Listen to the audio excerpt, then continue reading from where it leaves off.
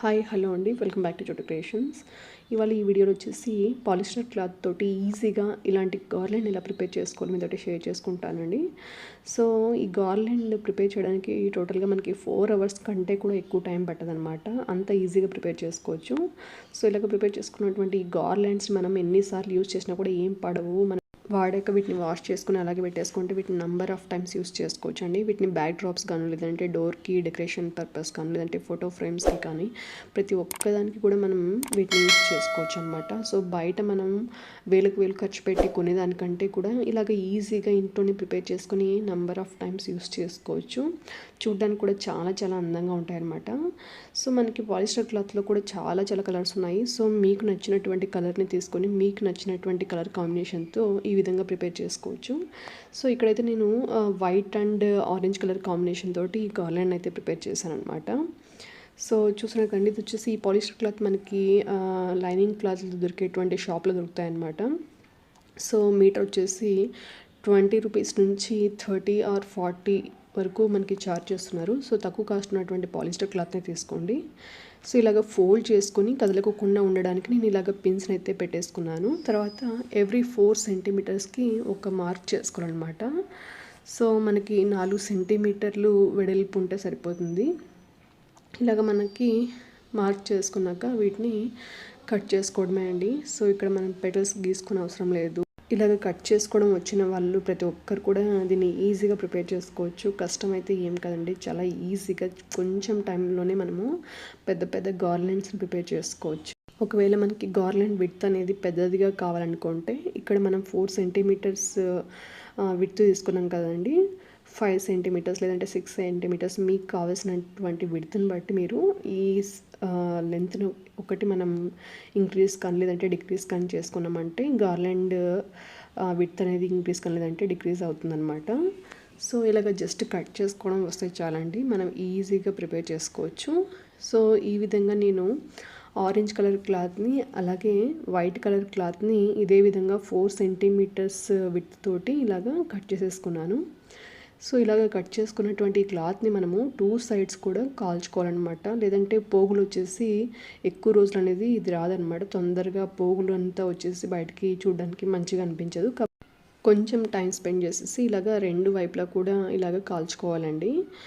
So ఇప్పుడైతే నేను ఈ క్లాత్ అంతటిని కూడా ఈ విధంగా 2 వైపులా కూడా పోగులు రాకుండా కాల్చుకుంటున్నాను. అదేవిధంగా దీన్ని స్టిచ్ చేసుకోవడానికి నైలాన్ థ్రెడ్ని యూస్ చేస్తున్నానండి. ఇది చాలా స్టిఫ్గా చాలా స్ట్రాంగ్గా ఉంటుంది అనమాట. మనం తెంపినా కూడా తెగదు, చేతులే కట్ అవుతాయి అనమాట, అంత స్ట్రాంగ్గా ఉంటుంది.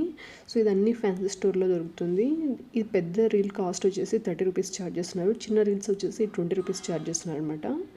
అలాగే హ్యాంగ్ చేసుకోవడానికి ఇలాంటి రింగ్స్ని తీసుకోండి. ఒకవేళ మీ దగ్గర ఇలాంటి రింగ్స్ కానీ అవైలబుల్గా లేకపోతే కీ చైన్స్కి మనకి ఐరన్ రింగ్స్ ఉంటాయి కదండి, వాటినైనా కూడా యూస్ చేసుకోవచ్చు.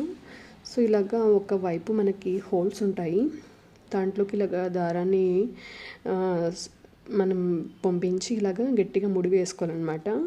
ఇప్పుడు ఒక 7 గోల్డ్ కలర్ బీడ్స్ని నేను ఇందులోకి వేస్తున్నాను. సో మీ దగ్గర ఏ కలర్ బీడ్స్ ఉంటే వాటిని యూస్ చేసుకోవచ్చు.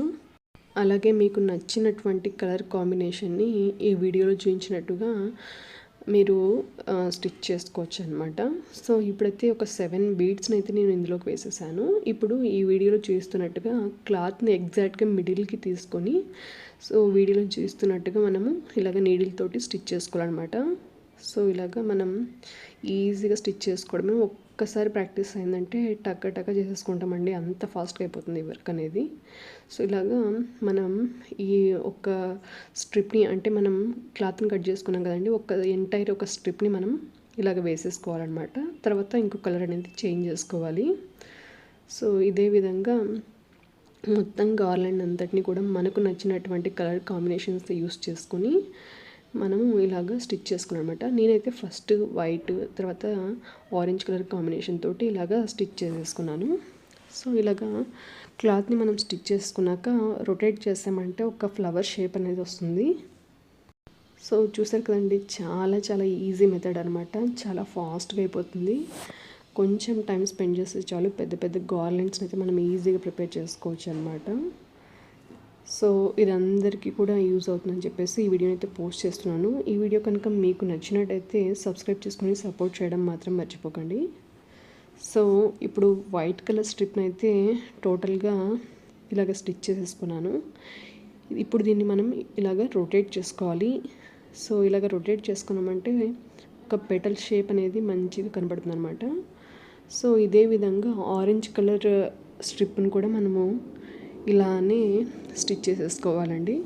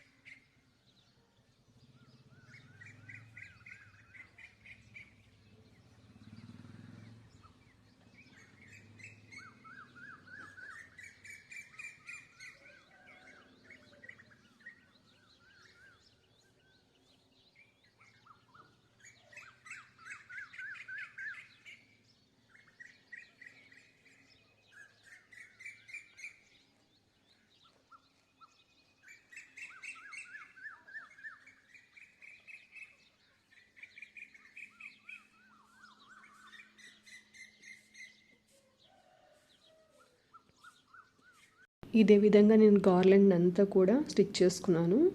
సో ఇప్పుడైతే మరొక 7 బీడ్స్ ఇందులోకి యాడ్ చేసేసి తర్వాత ఒక రౌండ్ హ్యాంగర్ని అయితే దీంట్లోకి వేసేసుకున్నాను. సో ఈ రెండు కూడా మనకి హ్యాంగింగ్ చేసుకోవడానికి యూస్ అవుతాయి. సో మీకు నచ్చినటువంటి మోడల్లో ఈ విధంగా గార్లెండ్ లాగా ప్రిపేర్ చేసుకోవచ్చు అనమాట. సో ఇక్కడ ఈ వీడియోలో అయితే నేను ఈ విధంగా చూపించాను. సో మీకు ఏ విధంగా కావాలంటే ఆ విధంగా ఈ వేలో మీరు చేసేసుకోవచ్చు అనమాట. ఇలాగ 2-3 ముళ్ళు వేసుకోవాలన్నమాట. అప్పుడే మనకి ఇది రింగ్ అనేది బయటకు రాకుండా తెగిపోకుండా చాలా స్టిఫ్గా ఉంటుందన్నమాట. ఇప్పుడు హ్యాంగింగ్ ప్రిపేర్ చేసుకోవడానికి ముందుగా నేను ఫ్లవర్ బంచ్ని ప్రిపేర్ చేసుకుంటున్నానండి. ఆ ఫ్లవర్ బంచ్ ప్రిపేర్ చేసుకోవడానికి ఇక్కడ ఆరెంజ్ కలర్ ఉన్నటువంటి 4 స్ట్రిప్స్ని అయితే యూస్ చేస్తున్నాను అనమాట. సో ఇలాగ అన్నీ కూడా వేసేసుకొని 2 ఎండ్స్ కూడా మనం ఇలాగ గట్టిగా ముడి వేసేసుకోవాలి. అప్పుడు మనకు ఒక బంతి పువ్వు షేప్లో ఉన్నటువంటి ఫ్లవర్ బంచ్ అయితే రెడీ అయిపోతుంది అనమాట.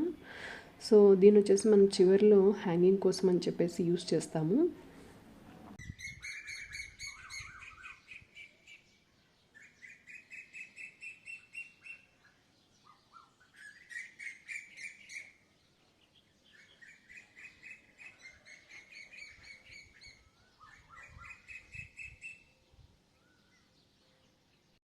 సో ఇందాక వచ్చేసి మనం హ్యాంగింగ్ వేసేసుకున్నాం కదండి, మరొక వైపు ఇంకొక హోల్ ఉంటుంది కదండి, దానికి వచ్చేసి ఇలాగా థ్రెడ్ తోటి ఇంకొకసారి నాట్ వేసుకోవాలన్నమాట. ఈ హ్యాంగింగ్స్కి 2 వైపులా కూడా ఇలాగ మనకి హోల్స్ అయితే ఉంటాయి. సో ఒకవేళ లేకపోతే ఏం ప్రాబ్లం అయితే ఏం లేదు. సో మీరు హోల్స్ ఉన్నా లేకపోయినా కూడా ఇదే విధంగా ప్రిపేర్ చేసుకోవచ్చు. సో ఇప్పుడైతే వైట్ కలర్లో ఉన్నటువంటి 2 స్ట్రిప్ని యూస్ చేసేసి ఇలాగ స్టిచ్ చేస్తున్నాను. సో తర్వాత వచ్చేసి మనం ముందుగా ప్రిపేర్ చేసి పెట్టుకున్నటువంటి ఆరెంజ్ కలర్ ఫ్లవర్ బంచ్ని ఇందులోకి వేసేసుకుని 2 వైట్ కలర్ స్ట్రిప్స్ని ఇందులోకి యాడ్ చేసుకోవాలన్నమాట. సో మనకి హ్యాంగింగ్ పార్ట్ ఇలాగ రెడీ అయిపోతుంది.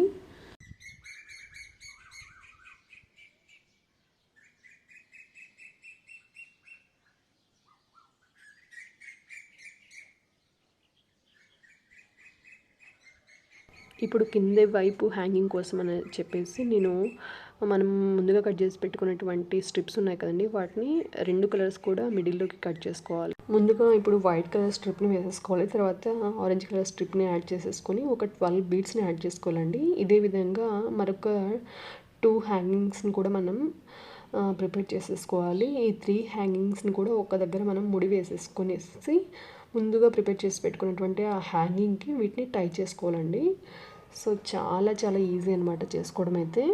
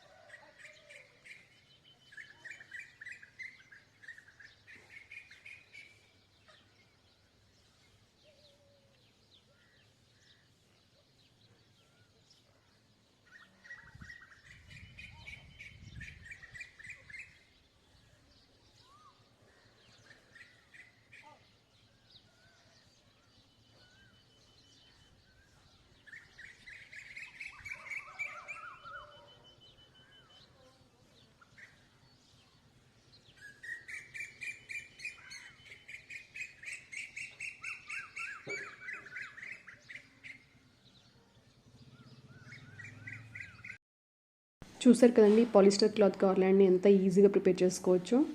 సో ఇలాంటిగా ప్రిపేర్ చేసి పెట్టుకున్నటువంటి గార్లాండ్స్ని మనం ఎన్నిసార్లు యూస్ చేసినా కూడా పాడవవు. సో ఒకసారి యూస్ చేశాక వీటిని అట్ట బాక్స్లో మనం స్టోర్ చేసి పెట్టుకున్నట్టయితే ఎన్నేళ్ళైనా కూడా ఇలానే ఫ్రెష్గా చాలా బాగుంటాయి అన్నమాట. సో ఈ వీడియో మీ అందరికి యూజ్ అవుతుందని చెప్పేసి ఈ వీడియో నేను పోస్ట్ చేస్తున్నాను. ఈ వీడియో కనుక మీకు నచ్చినట్టయితే ఈ వీడియోని లైక్ చేయండి, మీ ఫ్రెండ్స్కి అలాగే మీ ఫ్యామిలీ మెంబర్స్కి ఈ వీడియోని షేర్ చేయండి. అలాగే మన ఛానల్ని ఫస్ట్ టైం చూస్తున్నట్టయితే కనుక ఛానల్ని సబ్స్క్రైబ్ చేసుకొని సపోర్ట్ చేయడం మాత్రం మర్చిపోకండి. Thank you.